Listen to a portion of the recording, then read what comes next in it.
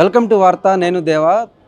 సింగరేణికి సంబంధించి బీఆర్ఎస్ వాళ్ళు కార్మికుల ఆత్మగౌరవాన్ని దెబ్బతీసే విధంగా దుష్ప్రచారం చేస్తున్నారని డిప్యూటీ సీఎం బట్టి విక్రమార్క ఆరోపించారు. ప్రస్తుతం మనతో పాటు మాజీ మంత్రి కుప్పలేశ్వర్ ఉన్నారు. చెప్పండి సార్, సింగరేణి కాలరీస్లో 40 లక్షల టన్నుల బొగ్గు మాయమైందని మీరైతే ఆరోపిస్తున్నారు, కానీ ఇదంతా అవాస్తవమని బట్టి విక్రమార్క చెప్తున్నారు.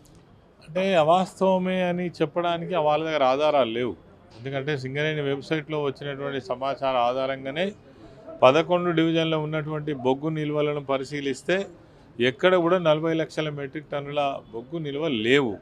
దాన్ని కవర్ చేసుకోవడం కోసం ఇలా 50-60 వేల టన్నులు రోజు కవర్ చేసే ప్రయత్నం చేస్తున్నారు. అదేవిధంగా సేల్ బొగ్గు, మట్టి బొగ్గు అంతా కూడా జమ చేసి చూపించే ప్రయత్నం చేస్తున్నారు.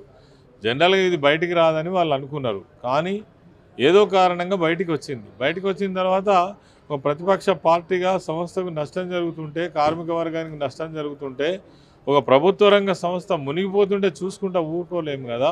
కాబట్టి దానిపైన మేము పదే ప్రశ్నించడం జరుగుతుంది. దానిపైన కార్మికులకు కావచ్చు, ప్రజలను కూడా అవేర్నెస్ తీసుకురావడం కోసం దాదాపుగా 3-4 మీటింగ్స్ కూడా కండక్ట్ చేయడం జరిగింది. హరీష్ రావు గారి నాయకత్వంలో, మా తెలంగాణ బొగ్గని కార్మిక సంఘం నేతృత్వంలో. దాంతో ఇలా తప్పనిసరి పరిస్థితులలో బట్టి విక్రమార్క గారు మాట్లాడిండ్రు.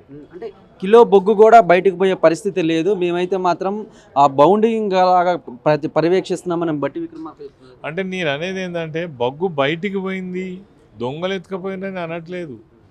ఉత్పత్తి కాని బొగ్గును ఉత్పత్తి అయినట్టుగా ఎందుకు చూపించిండ్రో చెప్పాలి. అదేవిధంగా దానికి సంబంధించినటువంటి 8,000 కోట్ల రూపాయలు లాభాలు వచ్చినాయి, దానిపైన రాయల్టీలు ఎందుకు కట్టిండ్రు, దాని తర్వాత డివిడెండ్ ఎందుకు ఇచ్చిండ్రు, దాని తర్వాత దానికి డిఎంఎఫ్టీ ఎందుకు అలాట్ చేసిండ్రు, ఇవన్నీ కూడా వాళ్ళ ముందర ఉన్నటువంటి ప్రశ్నలు. వాళ్ళ దగ్గర సమాధానం లేదు. దాన్ని రికవరీ చేసుకోవడం కోసం ప్రయత్నం చేస్తున్నారు తప్ప, అధికారులు ఈరోజు భయంతో వంకిపోతున్నారు ఏం జరుగుతుందో అని. అది ఒకవైపు, ఒక 40 లక్షల మెట్రిక్ టన్నుల బొగ్గు నిల్వలు ఒకటే కాదు, వరుసగా జరిగినటువంటి 2024 తర్వాత జరిగినటువంటి ప్రతి టెండర్ కూడా మైనస్ టెండరే, ప్లస్ టెండరే. దాదాపుగా 13%, 8%, 5%. గతంలో మా ప్రభుత్వ హయాంలో కేసీఆర్ గారి నాయకత్వంలో దాదాపు 22% వరకు ప్లస్ టెండర్, మైనస్ టెండర్లు పోయినటువంటి సందర్భం. మరి దాన్ని ఒక్కసారిగా తారుమారు చేసి ఇన్ని కుంభకోణాలకు పాటుపడి తర్వాత ఇప్పుడు సంస్థ మొత్తం కనుమరుగే పరిస్థితి కారణం మీరే అయినప్పుడు, మళ్ళీ అందులో ఏం జరగలేదు, కావాలని దుష్ప్రచారం చేస్తున్నారు బీఆర్ఎస్ పార్టీ వాళ్ళని చెప్పడం అనేది హాస్యాస్పదం. వాళ్ళ దగ్గర సమాధానం లేదు. అంటే గత ప్రభుత్వం చేసిన అప్పులకు ఇప్పుడు కూడా మేము మిత్తి కడుతున్నాము, మా దగ్గర అధికారిక లెక్కలు ఉన్నాయి, మీరెవరు మధ్యలో అన్నట్టు ప్రశ్నిస్తున్నాడు. ఇప్పుడు జనరల్గా అధికారిక లెక్కలు ఎక్కడ దొరుకుతాయండి? పార్లమెంట్లో ప్రవేశపెట్టిన నివేదికనే ఆధారం, కాగు నివేదికనే ఆధారం. అన్ని ఆధారాలతోటి, ప్రభుత్వం ఇచ్చినటువంటి లెక్కల ఆధారంతో మేము సిద్ధంగా ఉన్నాం రమ్మని. ఆ రోజు కూడా పార్లమెంట్లో స్వయంగా నిర్మలా సీతారామన్ గారు ఏదైతే ఆర్థిక శాఖ మంత్రిగా ఉన్నటువంటి వాళ్ళ నోటి నుంచి ప్రకటించినటువంటి అప్పు 3,50,000 పైచిలకు ప్రకటించడం జరిగింది. మరి ఇలా మీరు వచ్చి 30 నెలలు అయింది, 4 లక్షల కోట్లు అప్పు అయింది. 9.5 ఏళ్ళల్లో 3,50,000 కోట్లు ఎక్కువనా, 30 నెలల్లో 4 లక్షల కోట్ల అప్పు ఎక్కువనా? ఎవరు ఈ రాష్ట్రాన్ని దివాలా తీపించారు? ఎవరు అప్పుల పాలు చేస్తున్నారు? ఆనాడు ఈ తీసుకున్న అప్పులైనా కానీ అనేక ప్రాజెక్టులు నిర్మాణమైనాయి. తెలంగాణ రాష్ట్రం సస్యశ్యామలమైంది. డెవలప్మెంట్ మన కళ్ళ ముందరనే కనబడుతుంది ఎక్కడ చూసినా. కాబట్టి వీళ్ళు చేస్తున్నటువంటి ఆరోపణల సత్యదూరం.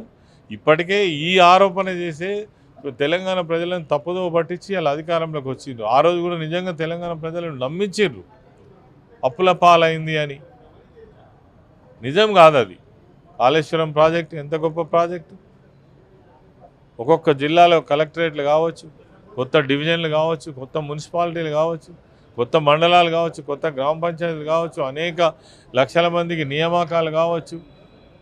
అసలు గ్రామీణ ప్రాంతంలో ఒక గ్రామంలో ఏ రకమైన వసతులు ఉండాలని ఆలోచించినటువంటి నాయకుడు కేసీఆర్ గారు. మరి అటువంటి దాన్ని బదనాం చేసే ప్రయత్నం చేస్తున్నారు. అది ఎంత దూరం కూడా కరెక్ట్ కాదు. వాళ్ళే 4 లక్షల కోట్లు అప్పు చేసిండ్రు 30 నెలల్లో. వాళ్ళు అప్పుల పాలు చేశారు. ఇంకా వడ్డీలు ఎక్కడికి వెళ్ళి కడుతున్నారండి? ఏ ప్రభుత్వం అయినా ఉన్న అప్పుకు వడ్డీ కట్టుకోవడం అనేటువంటిది ఆ ప్రభుత్వం యొక్క బాధ్యత. అధికారంలోకి వచ్చిన తర్వాత చాతకాలంలో లెక్క ఏది పడితే అది మాట్లాడు కాదు. గురుకులాల కుంభకోణానికి సంబంధించి 2,000 కోట్లు జరిగిందని మీరు ఆరోపిస్తున్నారు. కానీ అదేమి జరగలేదని ప్రస్తుత సంక్షేమ శాఖ మంత్రి అడ్లూరు లక్ష్మణ్ చెప్తున్నారు. ఇప్పుడు మేము ఉన్న విషయాలన్నీ కూడా పత్రికాముఖంగా నేను, ప్రవీణ్ కుమార్ గారు కొన్ని విషయాలు చెప్పడం జరిగింది. దాంట్లో ఏ ఒక్కటి కూడా అబద్ధం కాదు. మీరు జీవో నెంబర్ 1 కావచ్చు, జీవో నెంబర్ 110 కావచ్చు తొక్కిపెట్టి జీవో 17 తీసుకువచ్చింది మీరు కాదా? జీవో 17 తీసుకురావాల్సిన అవసరం ఏముండే? అంటే స్థానికంగా ఉన్నటువంటి ఏవైతే సంస్థలు ఉన్నాయో, కోఆపరేటివ్ సంస్థలు ఉన్నాయో వాళ్ళకి ఇవ్వాలనేటువంటి జీవోను కూడా తుంగలో దొక్కేసి హైకోర్టు ఆదేశాలను కూడా ఖాతరు చేయకుండా మీరెవరో మఫత్లాల్ అనేటువంటి గుజరాత్ కంపెనీకి 1,800 కోట్ల రూపాయలు ఎట్లా కట్టబెడతారు? నువ్వు ఎవరి నోటి బుక్క తీసినట్టు, నువ్వు ఎవరికి అన్యాయం చేసినట్టు ఇలా బాగా గొప్పలు మాట్లాడుతున్నారు. దళిత మంత్రిని హరీష్ రావు అవమానించారని కూడా చెప్తున్నారు కదా పొన్నం ప్రభాకర్ వీళ్ళందరూ.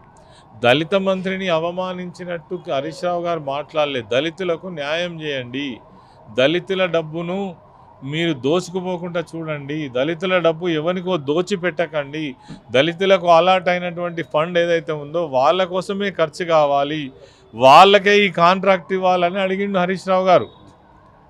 ఆయనను ఎక్కడ కించపరిచినట్టు మాట్లాడే అలవాటు కానీ అటువంటి సంస్కృతి కానీ హరీష్ రావు గారికి లేదు. ఆయన అడిగిందల్లా ఇందులో తప్పు జరిగింది అని అడిగిండ్రు. ఫైనల్గా అసెంబ్లీకి చర్చకు రమ్మని కేసీఆర్ని అడిగితే మధ్యలో హరీష్ రావు కేటీఆర్ ఎవరు ఎందుకు ఇట్లా సవాలు ప్రతి సవాలు విసురుతున్నారని చెప్తున్నాడు. ఈ లక్ష్మణ్ కుమార్ గారి స్థాయికి కేసీఆర్ గారు అసెంబ్లీకి వస్తారానండి? ఆయన నిన్న కాక మొన్న మంత్రి అయిండు, ఇంకా అవగాహన లేనే లేదు. అసలు ఆయన శాఖలు ఏం జరుగుతుందో ఆయనకే తెలియదు. హరీష్ రావు గారి కంటే గొప్పగా ఇంకా చెప్పేవాళ్ళు ఎవరు ఉంటారు? మా కేటీఆర్ ఉన్నారు, హరీష్ రావు ఉన్నారు. దమ్ము ధైర్యం ఉంటే రేపు అసెంబ్లీలో చర్చ పెట్టమని. అదే మీరెవరని ప్రశ్నిస్తున్నారు కదా బట్టి విక్రమార్క కూడా, మధ్యలో మీరెవరు అంటున్నారు? హరీష్ రావు గారు డిప్యూటీ లీడర్, ఫ్లోర్ లీడరు. ఆయనకు ఆ మాత్రం అర్థం కాకపోతే ఏం చేస్తాం? Working president BRS party working president KTR గారు. వీళ్ళేమో మా అనామకులు అనుకుంటుండ్రా, లేకపోతే ఎవరికి అడ్రస్ లేని మనుషులు అనుకుంటుండ్రా? ఆయనకు తెలియకపోతే మనం ఏం చెప్పలేము. చూశారు కదా, మొత్తం మీద కనుక మనం చూసుకున్నట్లయితే BRS party working president KTR అలాగే హరీష్ రావు సమాధానాలు చెప్తానికి రెడీగా ఉన్నారని, బట్టి విక్రమార్క స్థాయి కానీ లేదా అడ్లూరు లక్ష్మణ్ స్థాయి కానీ కేసీఆర్ది కాదని అయితే మాత్రం, అంటే కేసీఆర్కు వాళ్ళు సమానం కాదని అయితే మాత్రం మాజీ మంత్రి కొప్పుల ఈశ్వర్ చెప్పుకొచ్చారు. కార్తీక్తో దేవా వార్త, హైదరాబాద్.